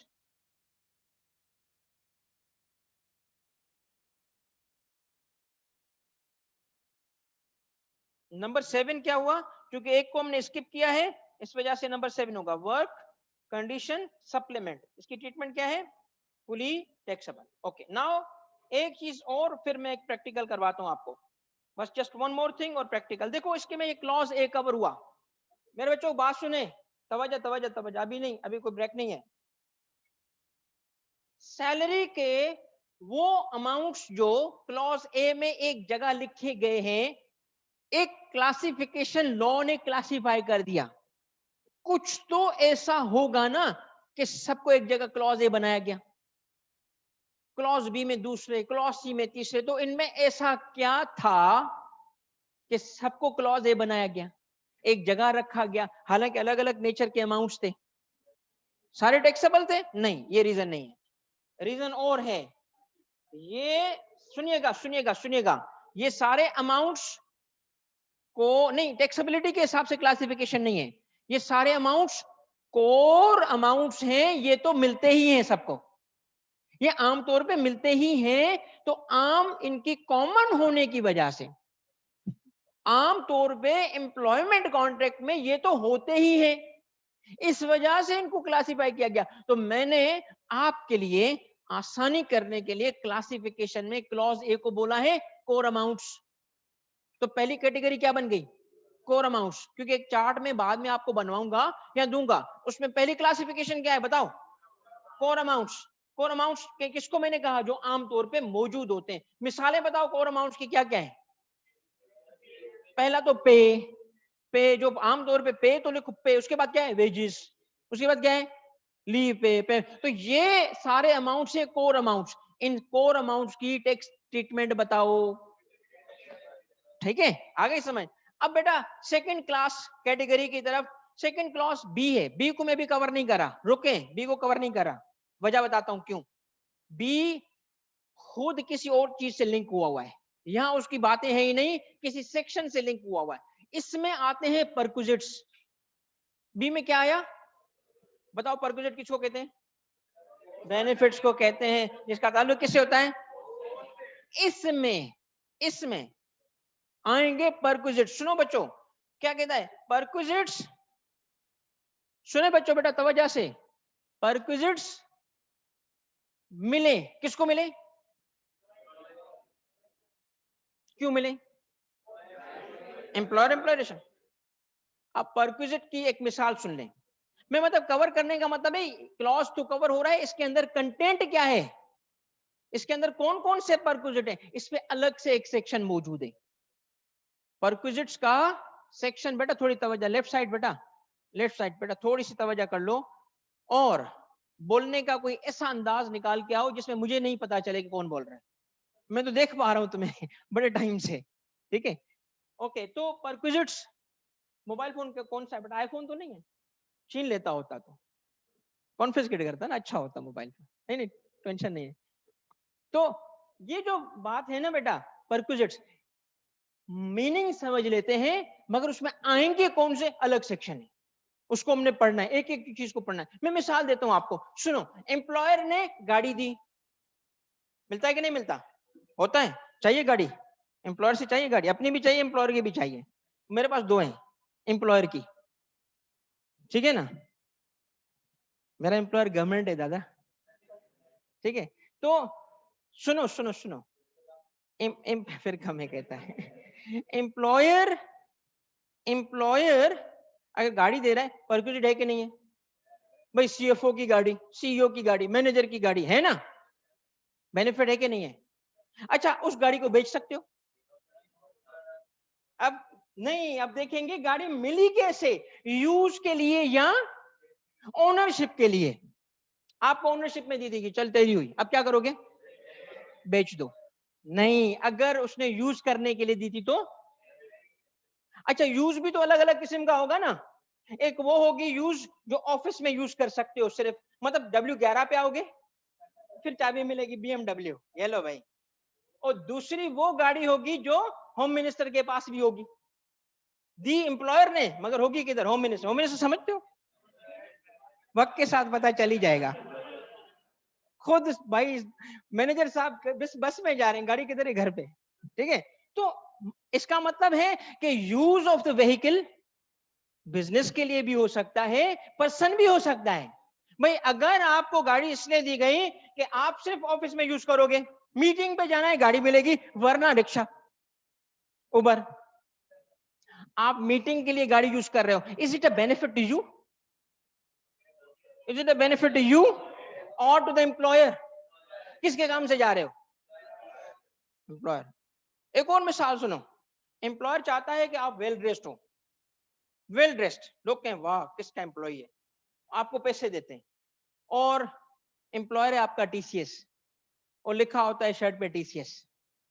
तो जो पैसे आपको मिले वो आपके ड्रेस के लिए मिले या यूनिफॉर्म के लिए मिले? तो शादी पे पहन के जाओगे यूनिफॉर्म? यार रुकना, मैं टीसीएस की शर्ट पहन के आऊं, ऐसा होगा? नहीं। तो अगर इसका मतलब क्या हुआ, सुनना तवज्जो से, परक्विजिट्स या बेनिफिट दो किस्म के होते हैं, एक आपके लिए, एक एम्प्लॉयर के लिए। जो एम्प्लॉयर के लिए होंगे वो सैलरी, वो उसके लिए है ना, वो अपने काम के लिए बोल रहा है, उसके काम के लिए गाड़ी इस्तेमाल हो रही है। तो इसका मतलब है हमें इस तरह सीखना पड़ेगा परक्विजिट्स को। वापस एक मिसाल दे रहा हूं बेटा, एम्प्लॉयर ने गाड़ी दी यूज के लिए, यूज था प्राइवेट, आपकी मर्जी, बेनिफिट है कि नहीं है?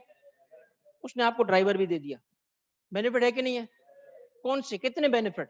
दो। कौन से? गाड़ी भी मिली और शोफर ड्रिवन कार। दूसरी मिसाल सुनो, दूसरी मिसाल सुनो, गाड़ी आपको ओनरशिप में दे दी उसने, चल भाई ये गाड़ी तुम्हारी हुई, ड्राइवर आपको दे दिया, ये भी तुम्हारा हुआ। आप कहते हो ठीक है दादा, दोनों को बेचूंगा। कर सकते हो? गाड़ी तो बिकेगी। तो perquisites can be seen in this way as well. अब लॉ पढ़ो, क्या लिखा है, क्या लिखा है, क्या लिखा है, पढ़ो। Any perquisite whether convertible into money और बेनिफिट। भाई ड्राइवर बिकेगा थोड़ी, गाड़ी तो बिक सकती है, कन्वर्टेबल इनटू मनी। चलो एक और मिसाल सुनो, आसान आसान। एम्प्लॉयर ने कहा कि जी तुमने ये काम कर दिया ना, ये कॉन्ट्रैक्ट कर दिया, ये असाइनमेंट कंप्लीट कर दी, तुम्हें बॉन्ड्स दूंगा, बॉन्ड, जेम्स बॉन्ड, बॉन्ड। आपने कहा जबरदस्त, बॉन्ड मिले, कन्वर्ट इनटू मनी कर सकते हो? शेयर्स मिले, कन्वर्ट इनटू मनी कर सकते हो? रहने का घर मिला, रहने का, ओनरशिप में नहीं। एक सूरत में हो सकता है जब हम बेच के भाग जाए, फिर ठीक है, फिर कन्वर्ट इनटू मनी है, वरना। तो इट मींस के we need to determine first के नेचर क्या है परक्विजिट की, उस बेनिफिट को हम क्या करेंगे, बताओ क्या करेंगे? Monetize, value, fair market. Yes, driver भी मोनेटाइज होगा मगर बिकेगा नहीं। आसान सी बात है, वो ड्राइवर आपको इसलिए है, सुनना, ड्राइवर अगर आपको सिर्फ कंपनी काम के लिए है तो बेनिफिट ही नहीं है ना। बेनिफिट कब मिलेगा? जब मैं एक घर पे गाड़ी रखी है, उसके लिए अलग ड्राइवर दिया गया, अब मेरे अपने काम के लिए इस्तेमाल हो रहा है, कन्वेंस के लिए इस्तेमाल हो रहा है, घर के लिए इस्तेमाल हो, तो ऐसे ड्राइवर को सैलरी जो दी जा रही है, वो सैलरी उसकी वैल्यू बन जाएगी। फेयर मार्केट वैल्यू निकालेंगे ना उसकी, उस बंदे का फेयर मार्केट थोड़ी निकालेंगे, उसकी सर्विस का। What is being received is the service of a driver. उस सर्विस को हम वैल्यू करेंगे कैसे? उसकी सैलरी, बेनिफिट। ओके ओके, बिल्कुल सही है। अब देखें, बेनिफिट दो किस्म के होंगे, एक सिर्फ और सिर्फ एम्प्लॉयर का। एम्प्लॉयर का तो ये भी बेनिफिट है कि उसने हमें हायर किया हुआ है, हम जो उसके पास है ना बेनिफिट, तो सैलरी फिर भी दे रहा है और उसको बुक कर रहा है एज एक्सपेंस। बेनिफिट को ऐसे ना देखो कि एम्प्लॉयर का बेनिफिट है हमेशा होगा, उसके पास अच्छे लोग आएंगे, इतने बेनिफिट्स देगा तो हम तो जाएंगे ना उसके पास। तो वो इन अ वे एम्प्लॉयर का बेनिफिट है, मगर सिर्फ वो सिर्फ एम्प्लॉयर का बेनिफिट नहीं है ना, हमारा भी तो है। तो हम बेनिफिट जो रिसीव कर रहे हैं उसकी टैक्स कर रहे हैं। एक सेकंड बेटा, बस एक सेकंड दे दो मुझे, थोड़ा सा कनेक्ट करके कंसोलिडेट करने दे, पॉइंट आ जाए फिर आप सवाल करो। तो कैटेगरी बी आ गया, सेकंड कैटेगरी। कितनी कैटेगरीज हो चुकी हैं सैलरी की? Number 1, yes, core amounts. Core amounts की टैक्स ट्रीटमेंट क्या थी? Number 2, second, perquisites. अब परक्विजिट कितने किस्म के हो गए? वेदर कन्वर्टेबल इनटू मनी और नॉट। तो कन्वर्टेबल इनटू मनी और नॉट, मगर बेनिफिट है। अब टैक्स करने से पहले क्या करना पड़ेगा परक्विजिट्स को, बताओ? वो तरीका सीखेंगे आगे, तरीका सीखेंगे, वो तरीका सीखेंगे। हर परक्विजिट की लिस्ट बनेगी, उसमें हम तरीका सीखेंगे कि इसको यूं वैल्यू करो, इसको यूं मोनेटाइज करो, और जो अमाउंट आए फुली टैक्सेबल, पार्शियल टैक्सेबल, वो आएगी बाद में। इसलिए मैंने कहा था ये कंप्लीट नहीं होगा। कॉन्सेप्ट समझ लिया, मगर इसमें डिटेल्स आने वाली हैं। अगला सेक्शन इसी पे, आगे जाओ। नंबर 3, एक सेकंड मुझे सिर्फ कंसोलिडेट करें बेटा, सारे सवाल के जाओ। नंबर 3 क्या है? क्योंकि मुझे एक प्रैक्टिकल कराना है, इसलिए मैं चाहता हूं मैं वहां तक पहुंचा दूं आपको, फिर थोड़ा सा आप, क्योंकि टैक्स है ही कंप्यूटेशन ना, सिर्फ बातें थोड़ी है। क्लॉसी, amount of what? Any allowance. अब एक किसी बच्चे ने सवाल भी पूछा था, मैंने उसको जवाब दिया था। अलाउंस एक्सपेंस में भी आता है, इधर इनकम में आया हुआ है। अलाउंस, डेप्रिसिएशन, अलाउंस, डिडक्शन, इधर क्या है, सैलरी, अलाउंस। तो अलाउंस कब सैलरी है, कब इनकम है, कब एक्सपेंस है, कंफ्यूजन। सुनो बच्चों, देखो अलाउंस लफ्ज आमतौर पे ऐसे डिडक्शंस के लिए इस्तेमाल होता है जो एक्सपेंस नहीं हुआ, अभी नहीं हुआ, इस साल नहीं हुआ, पहले हुआ था अलग बात है, इस साल नहीं हुआ फिर भी डिडक्शन मिली। इस साल क्या हमने एसेट लिया, नहीं, फिर भी उसको डेप्रिशिएट कर रहे हैं, क्यों, पहले एक्सपेंडिचर इनकर किया था।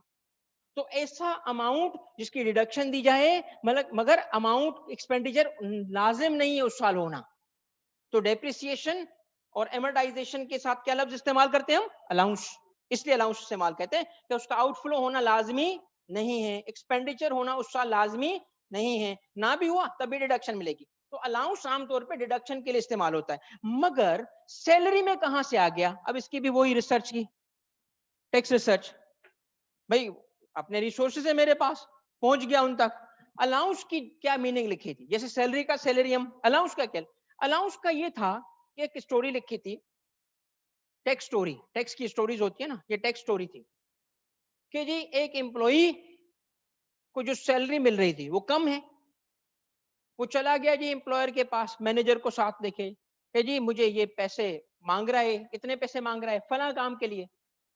मैनेजर के पास एक एम्प्लॉय चला गया, भाई मैनेजर साहब सैलरी से तो गुजारा नहीं होता, मेडिकल के मेरे मसले हैं, भाई बच्चे बीमार हो गए, पैसे दो, आपकी सैलरी से तो मेरा गुजारा नहीं होता, मेडिकल का खर्चा। फिर उसने क्या कहा, दूसरा एम्प्लॉय, भाई आपने मुझे काम से भेज रहे हो, अलाउंस, कन्वेंस, कन्वेंस, भाई मैं आता जाता हूं उसके लिए पैसे दो, कन्वेंस, ट्रेवल अलाउंस, भाई मैंने, आपने जॉब दी, अपने होम टाउन से यहाँ आया हूं, मुझे किराए पे घर चाहिए, house rent allowance, house rent, rent.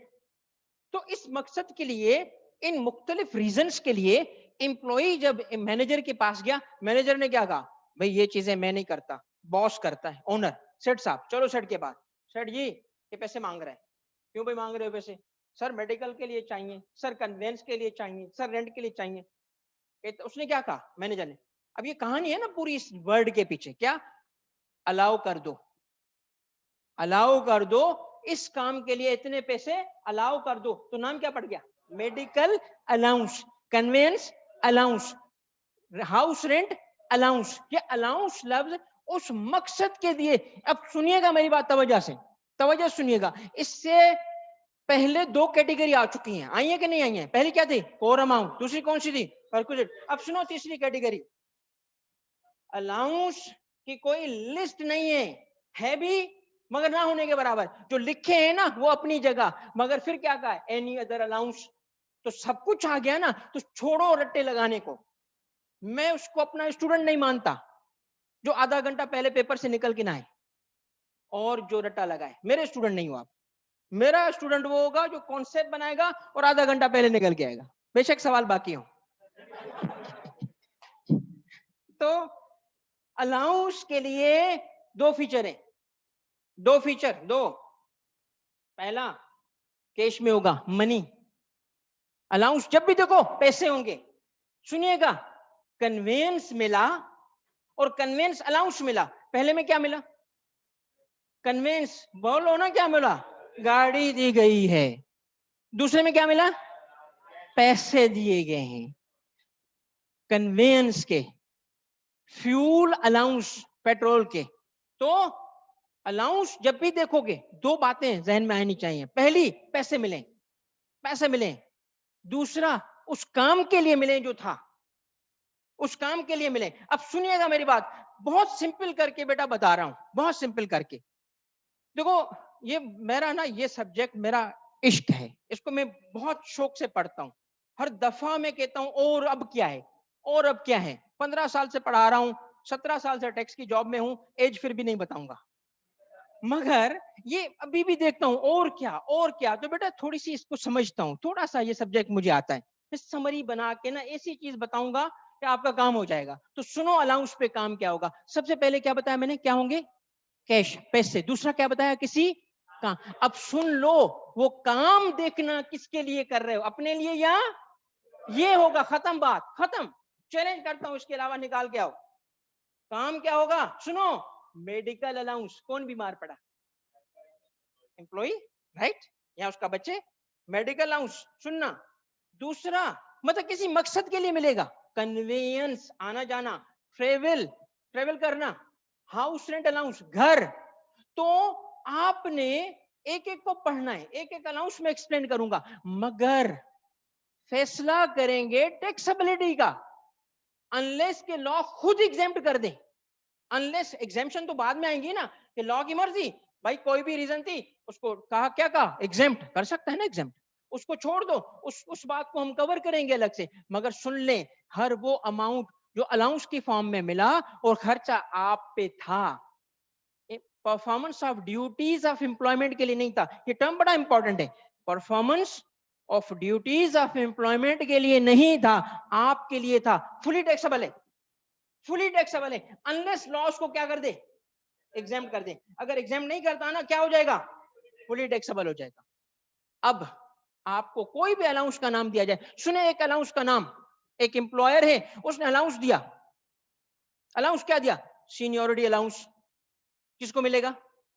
Senior होंगे, ठीक है। दूसरा अलाउंस दिया उसने, गुड ह्यूमन बीइंग अलाउंस। मर्जी ना मेरी, मेरे पैसे मेरी मर्जी, मेरा बिजनेस मेरी मर्जी, जिसको चाहे जो अलाउंस दूं। एक और कमाल का एम्प्लॉयर था, लेजीनेस अलाउंस, सबको मिलेगा। तो अलाउंस का नाम कुछ भी हो सकता है। सुनो एक और बात बेटा, fuel allowance, fuel allowance taxable के एग्जेम्प्ट या नॉन टैक्सेबल, सैलरी होगा कि नहीं होगा, बताओ। फ्यूल अलाउंस डिपेंड करता है कि फ्यूल कहां इस्तेमाल हुआ। वो टीसीएस के राइडर को था, वो डिलीवरी करने जा रहा था, बताओ क्या है, नॉन टैक्स। क्यों? सैलरी थोड़ी है, एम्प्लॉयर के लिए था। आपको दिया फ्यूल अलाउंस अपनी जाती गाड़ी के लिए, बताओ। चलो जी, ट्रेवल अलाउंस, बताओ क्या होगा ट्रेवल अलाउंस। ट्रेवल किया, मुल्तान फैक्ट्री को विजिट करना था, अब बताओ। लाहौर घूमने जाना था, अब बताओ। समझ रहे हो? तो आपने, दोबारा सुनो, दोबारा सुनो, अलाउंस की दो फीचर क्या है? कैश में होगा और किसी काम के लिए, किसी मकसद के लिए। उसका मकसद उसके नाम में होता है, नाम में होगा वो मकसद, ठीक है ना। पहला क्या था? कैश, पैसे। दूसरा क्या है? जिस काम के लिए उसके नाम में होगा, किसी मकसद के लिए होगा। अब टैक्स ट्रीटमेंट डिसाइड कैसे होगी, बताओ। काम को देखेंगे जिसके लिए वो पैसे दिए गए। अगर वो एम्प्लॉय की जात का काम था तो, और एम्प्लॉयर के लिए था तो, जो एम्प्लॉय की जात के लिए हो उसको लॉ एग्जेम्प्ट कर सकता है। रूल ये है, फुली टैक्सेबल होंगे अनलेस एग्जेम्प्ट कर दिए जाए। सही हो गया। अब एक सेकंड के लिए सिर्फ आप तवज्जो कीजिएगा, मैं कंसोलिडेट आज का कवर कर चुका हूं, अब मैं थोड़ी सी एक तरफ जाऊंगा, मगर उससे पहले एक थोड़ी सी कैलकुलेशन, वो लंबी चौड़ी कैलकुलेशन है, 2 मिनट की है। क्विक रिव्यू कर लें पहले बेटा, ऑनलाइन का बच्चा भी सारे बेटा क्विक रिव्यू कर लें। हमने आज सैलरी की डेफिनेशन पढ़ी, स्टार्ट की, कंप्लीट नहीं की। सुनिएगा मेरी बात बेटा, हम सैलरी की डेफिनेशन नहीं पढ़ रहे, सैलरी पढ़ रहे थे, क्योंकि डेफिनेशन में तो नाम लिखे थे, हमने तो टैक्स ट्रीटमेंट भी पढ़ ली उनकी। हमने सिर्फ सैलरी डेफिनेशन थोड़ी पढ़नी है, हमने सैलरी का टॉपिक कवर किया। अब तक हमने कितनी कैटेगरीज कवर की? कौन सी? कोर अमाउंट, परक्विजिट्स और कोर अमाउंट के लिए क्या खास बात थी?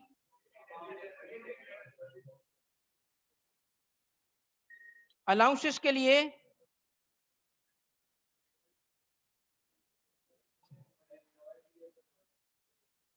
बेटा ये आप जरा नोट कर लो सारे तवज्जो से। ये आपका अब जो सवालात होंगे ना, जो प्रैक्टिकल क्वेश्चंस में करवा रहा हूं, अब आपके एग्जाम से करीब तरीन होते जाएंगे। कुछ बेसिक्स वाले थे, अब थोड़े से आगे बढ़ते जाएंगे, ठीक है। तो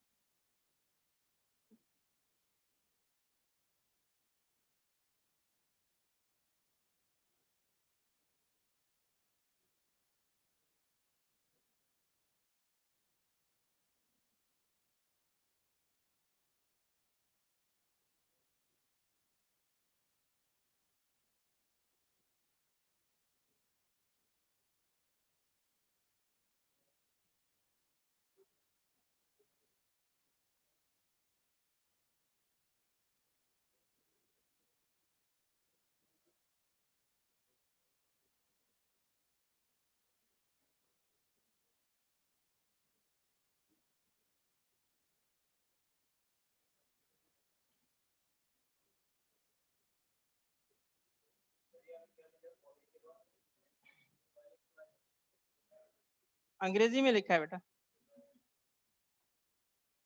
एमोल्यूमेंट्स। ये लफ्ज एग्जामिनर इस्तेमाल करता है, एमोल्यूमेंट्स इस्तेमाल होता है सैलरी के अमाउंट्स के लिए, अमाउंट्स। एमोल्यूमेंट्स वो अमाउंट्स होते हैं जो सैलरी में मिले, एग्जामिनर यूज करता है, इस वजह से मैं भी यूज कर रहा हूँ।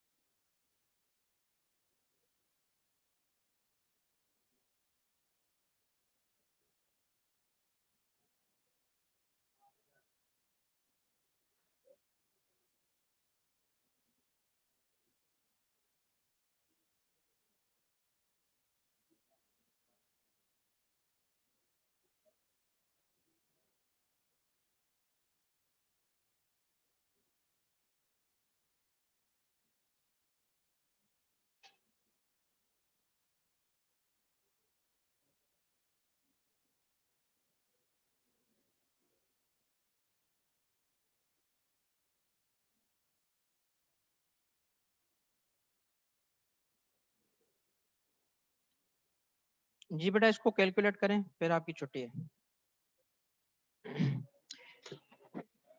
जी बेटा, छोटा हो गया। हाँ, मैं पहले के पढ़ के बताता हूँ, फिर आप देखें।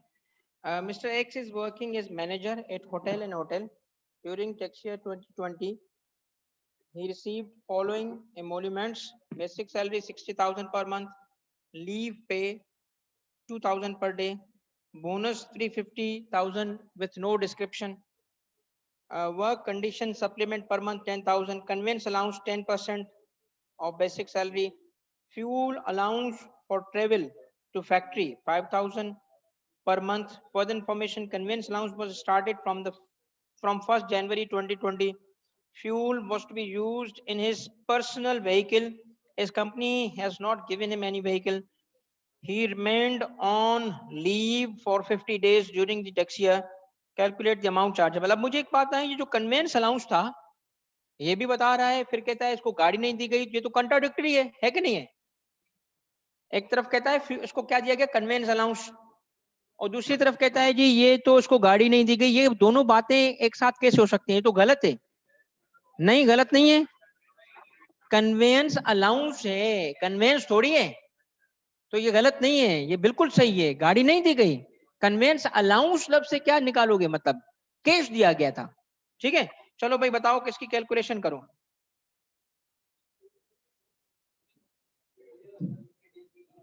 हाँ बेटा, 50 डेज जी, मैंने नहीं बताया आपको, अब आप डिसाइड करो ना। देखो एग्जामिनर आपको हर चीज थोड़ी बताएगा, आपको जज करना सीखना पड़ेगा। तो आपकी करो, कैलकुलेट करो, आप जज करोगे गिवन फैक्ट्स पे। जी बेटा,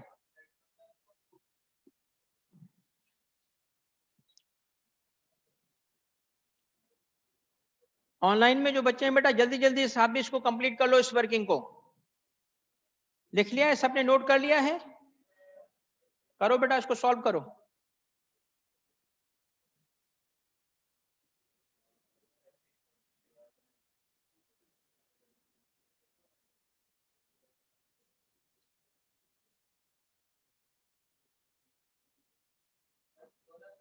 जी बेटा, क्या करें? अच्छा, स्क्रॉल अप, अब सही है?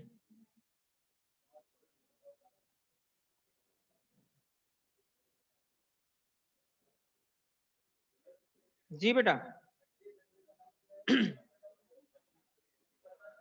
कौन पूछ रही है? हाँ बेटा, कन्वेंस अलाउंस,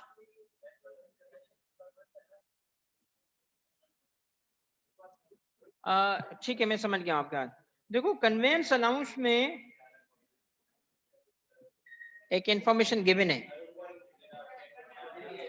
हाँ बिल्कुल बिल्कुल बिल्कुल, मगर मैं बताना चाह रहा हूँ ना, देखो सवाल बड़ा केयरफुली बनाया गया है। सारे केसेस जो आपको फेस करने पड़ेंगे एग्जाम में, उसकी मैं अभी से तैयारी करवा रहा हूँ। अब मैं चाहता हूँ खुद जज करो, पर मंथ है या वन टाइम है, ये खुद डिसाइड करो गिवन फैक्ट्स पे बेटा। ठीक है ना? जी बेटा, 1320 जवाब है, गुड, सही भी है नहीं भी है मगर वेरी गुड। अभी मैंने अभी सवाल बनाया अभी आपके सामने, तो मुझे कैलकुलेट करना पड़ेगा आपके साथ, मैं करता हूं अभी आपको। चलो, 2 मुसलमान भाइयों ने जवाब दे दिया, 2 की गवाही काफी नहीं है। जब इतने 100 बच्चे हों तो कम से कम 100 बच्चों की गवाही चाहिए, फिर मैं मानूंगा। हाँ बेटा, तो यही है, ओके कर लिया, ओके सही है भाई। एक मुसलमान बहन ने डिसएग्री किया है, देखते हैं, अब इसका मतलब डाउट है। कर लिया, ओके।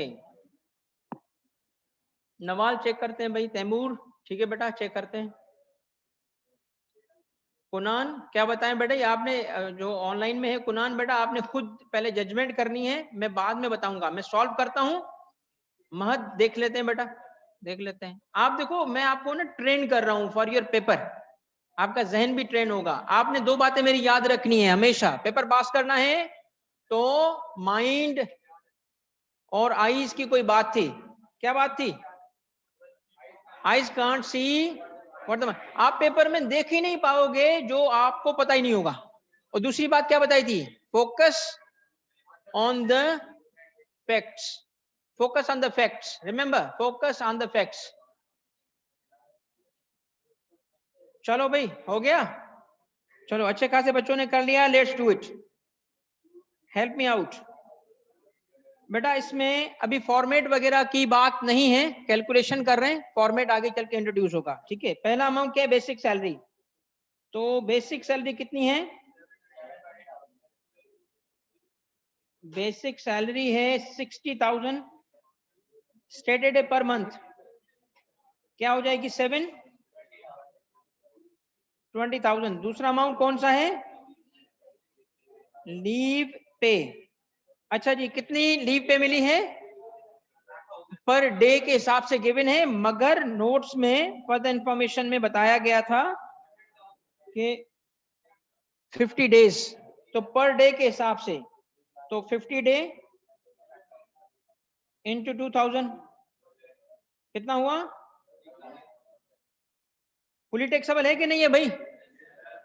ठीक है, this is how the working will be done. ये टैक्स कैलकुलेट ऐसे होता है टैक्स, ठीक है। उसके बाद क्या है? 3 बोनस, बताओ कितना अमाउंट है? अब देखो, इसमें आपको नहीं बताया गया था कि पर मंथ है, तो आपने उसको सिंगल अमाउंट कैलकुलेट समझना है। अगर ना बताए, मगर कहीं कहीं पे ना बताने के साथ क्लू देगा कि मंथली अमाउंट है, ये नहीं है कि ना बताए तो एनुअल है। ये चीजें सारी एग्जाम में इसी तरह आती हैं, क्योंकि एग्जामिनर किस पैटर्न पे सवाल बनाता है आपको सब पहले से पता होना चाहिए, प्रैक्टिस होनी चाहिए। चलो, उसके बाद क्या है? वर्क कंडीशन सप्लीमेंट कितनी है? 10,000। नहीं बताया गया तो 12 ही होगा, 120। उसके बाद क्या है? कन्वेंस अलाउंस कितना है? कन्वेंस अलाउंस बेसिक सैलरी का 10%, पर मंथ भी नहीं लिखा हुआ, मगर नहीं नहीं, पर मंथ तो नहीं है ना, मगर नीचे चल के वो बात कर रहा है जनवरी की, तो क्लियर इंडिकेशन है कि पर मंथ है। ठीक है, तो कितना अमाउंट है? नहीं, अमाउंट क्या है? बेसिक सैलरी का मंथली मिल रहा है ना, तो बेसिक सैलरी पर मंथ क्या थी? 60,000 है, 10%, और क्या करेंगे अब? पूरे साल का है, 6 मंथ्स का लेंगे, तो कितना अमाउंट है? 36,000। ठीक है बेटा, ये बात समझ आई? Okay, next. अच्छा, कन्वेंस अलाउंस कहते हैं घर से ऑफिस आना और वापस घर जाना, कन्वेंस ये है, वो अपनी पर्सन होता है इसलिए ये टैक्सेबल होता है। उसके बाद क्या है? फ्यूल, फ्यूल अलाउंस है। कन्वेंस अलाउंस का हमें नोट पता चला, फ्यूल अलाउंस। अब ये देखो, फ्यूल अलाउंस जो है इसको जाती गाड़ी में इस्तेमाल हो रहा है, जाती गाड़ी में इस्तेमाल हो रहा है, हमें कंफ्यूज करने के लिए बताया इसने। इस्तेमाल उसका यूज क्या है? फैक्ट्री विजिट है, वो तो परफॉर्मेंस ऑफ ड्यूटी है। अगर ये फैक्ट्री विजिट हटा दूं तो जरा हमें डिसाइड करना पड़ेगा क्लियरली क्या है कि ये परफॉर्मेंस ऑफ ड्यूटीज के लिए इस्तेमाल हो रहा है। देयरफॉर ये फ्यूल का जो ये अमाउंट था ये टैक्सेबल, हमने इसको पढ़ा ना आज, कि आपका यूज देखना होगा क्या है, ये फैक्ट्री विजिट के लिए है, जाती गाड़ी में यूज होना इरेलीवेंट है। ठीक है, इसलिए ये अमाउंट नहीं आएगा, एडअप कर लो 13।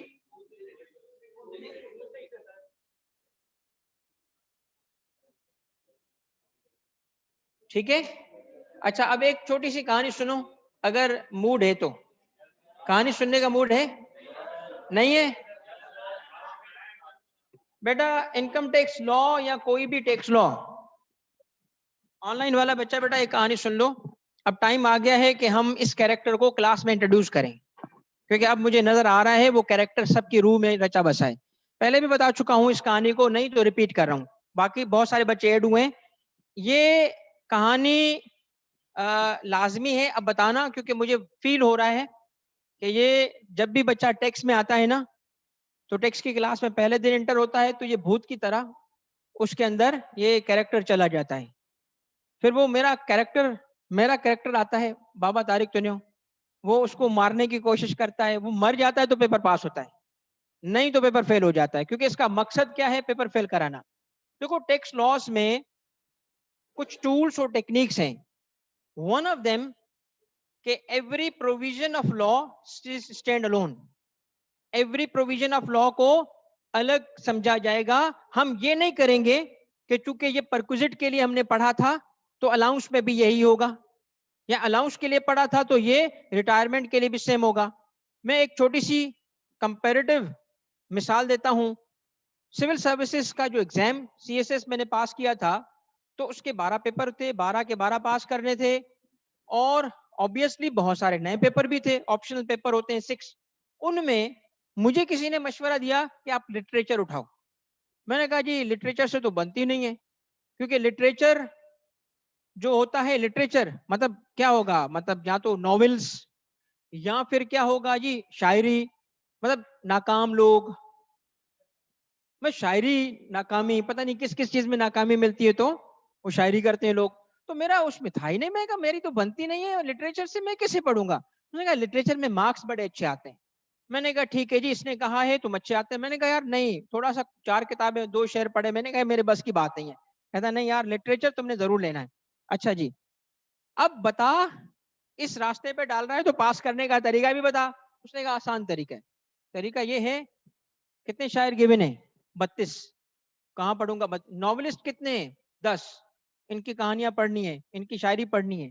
कहाँ से याद होगी शायरी, एग्जाम के लिए पढ़ रहा हूँ, कौन सा शौकिया पढ़ रहा था कि याद हो जाए। टेक्स्ट तो शौक से तो याद हो जाता है ना, सेक्शन सब सेक्शन कबीला कहानी सब याद। तो उसने कहा एक काम कर लो, एक शायर को अच्छा पढ़ो बस, 32 है ना, 31 को छोड़ दो, एक को अच्छा पढ़ लो। सवाल किसी पे भी आए लिखना इस पे है, तुम नाम चेंज कर देना भाई। कहा यार कमाल का रास्ता है। कहते हैं जी अगर सबसे बड़ा शायर गालिब उसको पढ़ लिया ना, अब किसी पे भी क्या लिखोगे, इसने अदब की खिदमत की, नए अल्फाज और मुहावरे इजाद किए, लोगों की फीलिंग और एहसासात और मुआशरे के मसाइल को उजागर किया। सब चीजें हैं कि नहीं है। अपने दौर की सियासी, समाजी और इंसानी रिवायतों को आगे बढ़ाया। सब ऐसे करते हैं। मैंने कहा कमाल, और बिलीव मी हाईएस्ट मार्क्स मेरे लिटरेचर में थे। हाईएस्ट, पता नहीं वो 80 से भी ऊपर थे 100 में। मैंने कहा कमाल हो गया ना बेटा। अनफॉर्चुनेटली टेक्स्ट में ऐसा नहीं है, टेक्स्ट इसका उलट है। आप कंपैरेटिव स्टडी नहीं कर सकते। तो जो बच्चे बाद में ज्वाइन किया है उनके लिए एक छोटी सी कहानी है कि हर गांव में एक खातून होती है जिसका नाम है रजिया खाला। हर गांव में एक खातून लाजमन होती है, नाम भी उसका रजिया खाला है। अच्छा, जो गांव के माहौल जिनको पता है ना, तो उसको पता है कि जो छोटे छोटे घर होते हैं, तो वो सुबह को निकलती है, लाजमन सुबह को उठेगी, जल्दी नमाज पढ़ेगी, नमाज पढ़ती है, फिर उसके बाद जाएगी मोहल्ले के पहले घर, साथ वाले घर में, वहां चाय वाय पिएगी, गपशप करेगी। उसके बाद उसके अगले घर में, उसके बाद अगले घर में, इस तरह वो पूरे गांव का राउंड लगाती है, शाम को वापस आती है। मगर जब पहले घर में गई वहां से बातें हुई, उसके बाद अगले घर में गई वहां बातें हुई, तो मगर अगले घर में पिछले घर की बातें की, ये तो ये बोल रहे थे, ये तो ये बोल रहे थे। तो जैसे तीसरे घर में जाती है तो पिछले 2 घरों में लड़ाई हो जाती है। तो वो इस तरह ना हर घर में से जाके दूसरे घर की बातें बताती है, और पूरे गांव को आग लगा के आखिर में अपने घर आके सुकून की नींद सोती है, जैसे कि मिशन अकम्प्लिश्ड। अब ये रजिया खाला ऐसी रूह है जो टेक्स्ट के हर बच्चे में मौजूद है। वो क्या करता है, बच्चा एक चीज पढ़ लेता है ना, तो उसको दूसरे सेक्शन पे जबरदस्ती लगा दे, क्योंकि वहां लिखा था। हाँ जी वहां लिखा था रजिया खाला है। ठीक है, याद रखना, पेपर पास करना है ना, इस अप्रोच और एटीट्यूड को डिफीट करना है। हर प्रोविजन अलग, सैलरी में लिखा था सर रिसीव्ड इन, तो हर जगह रिसीव्ड इन, तो पेपर फेल। क्यों रिसीव्ड इन भाई, हर, याद रखना। अब बात, मेरा पॉइंट क्या है, हर प्रोविजन अलग होगा, स्टैंड अलोन। कंपैरेटिव स्टडी, कोई एक जगह पढ़ा दूसरी जगह अप्लाई, ठीक है। तो ये रजिया खाला को हम मारेंगे तो पेपर पास हो जाएगा। तो 3 चीजें मैंने आपको बताई हैं। नंबर 1 आइज, याद करोगे तो पेपर पास होगा ना। Eyes cannot see what the mind, दूसरी, और तीसरी रजिया खाला। बस, थैंक यू। इसको मारना है हमने। ऑनलाइन का बच्चा बेटा,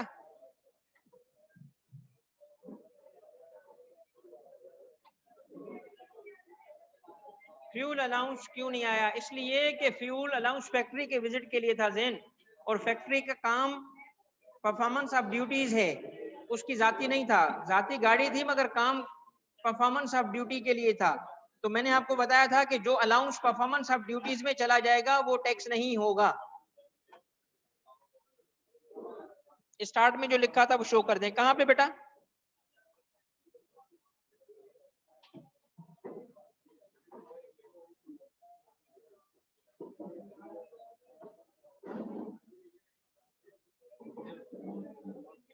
जी बेटा, नहीं, कन्वेंस अपने लिए होता है। Performance of duties of employment, performance of duties जब आप ऑफिस पहुंचते हो तो शुरू होती है ना, उससे पहले थोड़ी होती है। तो ड्यूटी तो ऑफिस पहुंचने के बाद होगी ना, इसलिए जाती है। हाँ बेटा, इनकम टैक्स में जो है सिर्फ कंप्यूटेशन करनी है या फिर लॉ भी आता है? लाइक 64 आपने बताया पूरा ये समझ लिया कि अप्लाई हो गई, या तो फिर देखो वो इस तरह है बेटा कि लॉ पढ़ोगे समझोगे तो अप्लाई कर पाएंगे ना, तो आप उसको समझो, रट्टा ना लगाओ कि जी एक एक लफ्ज याद करो, नहीं अभी कॉन्सेप्चुअल, अभी जो चल रहा है कॉन्सेप्ट याद करें। नहीं सर, अगर पेपर ट्रैक के अप्रोच से चले थ्योरी नहीं आती, थ्योरी का पोर्शन बहुत कम होगा, मगर इन टॉपिक पे नहीं आती, किसी और चीज पे थ्योरी आएगी। सेल्स टैक्स नहीं, सेल्स टैक्स में भी है, इनकम टैक्स भी है, मगर वो टॉपिक ये नहीं है, कुछ और टॉपिक्स हैं, वो हम बता देंगे कि ये थ्योरी के टॉपिक्स हैं। यस, समझ के याद रखना है। कन्वेंस अलाउंस 6 जी बेटा, एक ही चीज है, बेनिफिट जनरल होगा, किसी को भी मिल सकता है, कुछ भी आ सकता है, कोई भी बेनिफिट हो सकता है, मगर ऐसा बेनिफिट जो पोस्ट से लिंक होगा वो परक्विजिट बन जाएगा। यानी सब कैटेगरी है बेनिफिट की, परक्विजिट, परक्विजिट कैटेगरी है उसकी। टाइप ऑफ डेफिनेशन वाली विंडो। अच्छा बेटा एक सेकंड रुक जाओ। जी जी, हाँ भाई, और भाई ऑनलाइन में और बच्चा भाई और क्या सवाल है? कन्वेंस अलाउंस हमेशा टैक्स सवाल। जी बेटा, कन्वेंस जो कि आना जाना होता है ऑफिस के लिए तो जाती नेचर का होता है, इस वजह से हमेशा टैक्सेबल होगा, अनलेस उसकी कुछ सिचुएशंस आ सकती है कुनान, वो एक आध सिचुएशन में आगे चल के प्रैक्टिकल में दे दूंगा, मगर आप इसको यही रखो कि टैक्सेबल है। नॉट कन्वर्टेबल इनटू मनी कैसे होगा? नॉट कन्वर्टेबल का मतलब है जिसको आप बेच नहीं सकते, उसको कन्वर्ट नहीं कर सकते। ड्राइवर आपको दिया गया तो कैसे उसको बेचोगे? उसकी सर्विसेज थोड़ी दे सकते हो किसी और, इस वजह से वो नॉट कन्वर्टेबल है, मगर बेनिफिट फिर भी है तो मोनेटाइज करके उसको टैक्स किया जाएगा। अच्छा वो कहते हैं मास्क क्यों पहनते हैं ऑनलाइन को रखा? हसनैन इसलिए एक पहन कर क्योंकि वो बच्चे आ जाते हैं ना, तो एहतियात करनी है ना, अपने लिए भी बच्चों के लिए भी। क्लास ऑन ऑफ करता हूँ ना तो सारे बच्चे ऊपर आ जाते हैं ना, तो उनके लिए मैं भी एहतियात करूंगा, खुदा ना खास्ता मुझ में हो तो उनको जो, इसलिए मास्क पहन लेता हूं। पहले क्या होता है, बच्चे बैठे होते हैं, दूर बैठे होते हैं, तो इस वजह से उस वक्त मैं नहीं पहनता, तो आपकी वजह से नहीं मास्क पहनता। वो कहते हैं ऑनलाइन में होते हैं तो मास्क क्यों पहनते? हाँ भाई, और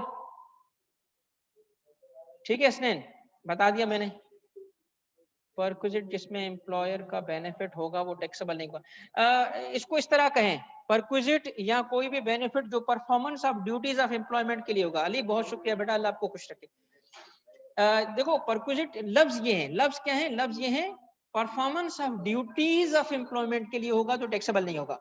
performance of duties of employment, ये टर्मिनोलॉजी यूज करेंगे, ये नहीं कि एम्प्लॉयर के बेनिफिट का होगा। एम्प्लॉयर का तो बेनिफिट बहुत सारी जगह पे आएगा। परफॉर्मेंस ऑफ वर्क कंडीशंस कहते हैं बेटा जो एम्प्लॉयमेंट की ऐसी कंडीशन हो जिसमें कोई अनप्लेजेंट काम है, कोई डेंजरस काम है, लोग नहीं करते, तो सैलरी उनको मिलती है 50,000, उसके अलावा उनको उस काम के लिए पैसे मिलते हैं। वर्क कंडीशंस जैसे अगर केमिकल प्रोसेसिंग कर रहे थे, अगर एडमिन की जॉब करेंगे तो 50,000 मिलेंगे, केमिकल प्रोसेसिंग साथ में करेगा 10,000 बढ़ जाएगा, तो 10,000 क्या कहलाएगा? Work condition supplement.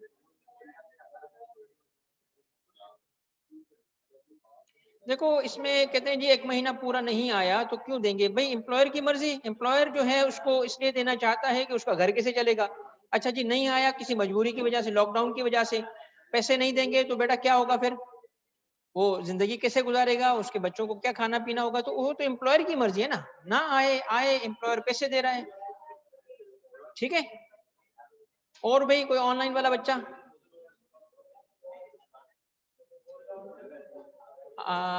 ये है अना आंसर। अना कहाँ से पढ़े बेटा? अभी तो जो हम करवा रहे हैं ना इसी को पढ़ो, जो हमने नोट्स आपने नोट किया होगा ना उसी को लिखो। बाकी हाँ आना आपको मिल जाएंगे मंडे ट्यूसडे तक, आपको होपफुली ट्यूसडे तक मिल जाएंगे आपको बुक।